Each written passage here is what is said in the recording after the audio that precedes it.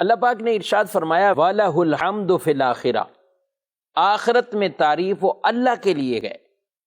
یہ آخرت میں خاص کیوں فرمایا گیا کہ آخرت میں تعریف، آخرت میں حمد یہ اللہ کے لیے ہے؟ دنیا کے اندر تو ہر انسان کو جس کو رب نے پیدا کیا ہے وہ سب کے سب کیا ہیں؟ مکلف ہیں، ان کو خاص احکامات دیے گئے ہیں۔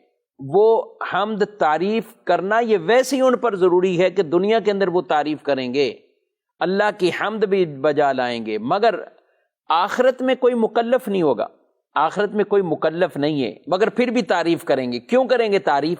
سبحان اللہ، اللہ کی نعمتیں دیکھ کر جو رب نے انہیں نوازنا ہے، عطا فرمانا ہے، جنت کی نعمتیں عطا کرنی ہے، تو وہ پھر اللہ کی حمد کریں گے، اللہ کی تعریف کریں گے۔ اور روایت میں فرمایا گیا کہ ایسے لوگ اللہ کی تعریف کریں گے کہ جیسے ہم سانس لیتے ہیں تو ہمیں وہ تعریف کرنا، حمد کرنا، وہ بھی ایسے ہی گویا کہ الہام ہوگا کہ ہم یہ اللہ کی تسبیح کریں، یہ اللہ کی تسبیح کریں۔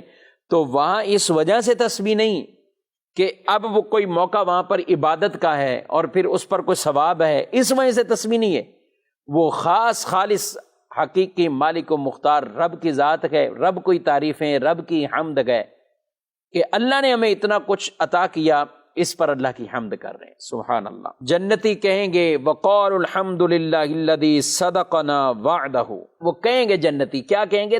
تعریفیں سب اللہ کے لیے جس نے اپنا وعدہ سچ کر دیا، یعنی ہمیں یہ عطا فرمایا، یعنی ہمیں یہ عطا کیا۔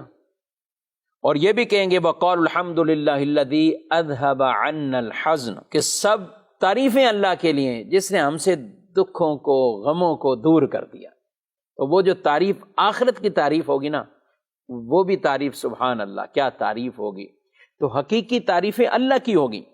ہاں، پیارے نبی علیہ السلام کو بھی اللہ نے جو شان قیامت کے دن جو عطا فرمانی ہے، عَسَىٰ أَن يَبْعَثَكَ رَبُّكَ مَقَامًا مَحْمُودًا، اللہ آپ کو مقام محمود پر مبعوث فرمائے گا کہ جب مخلوق یعنی لوگ آپ کی طرف آئیں گے اور آپ ان کی شفاعت کریں گے تو لوگ وہاں حضور کی بھی تعریفیں کر رہے ہوں گے۔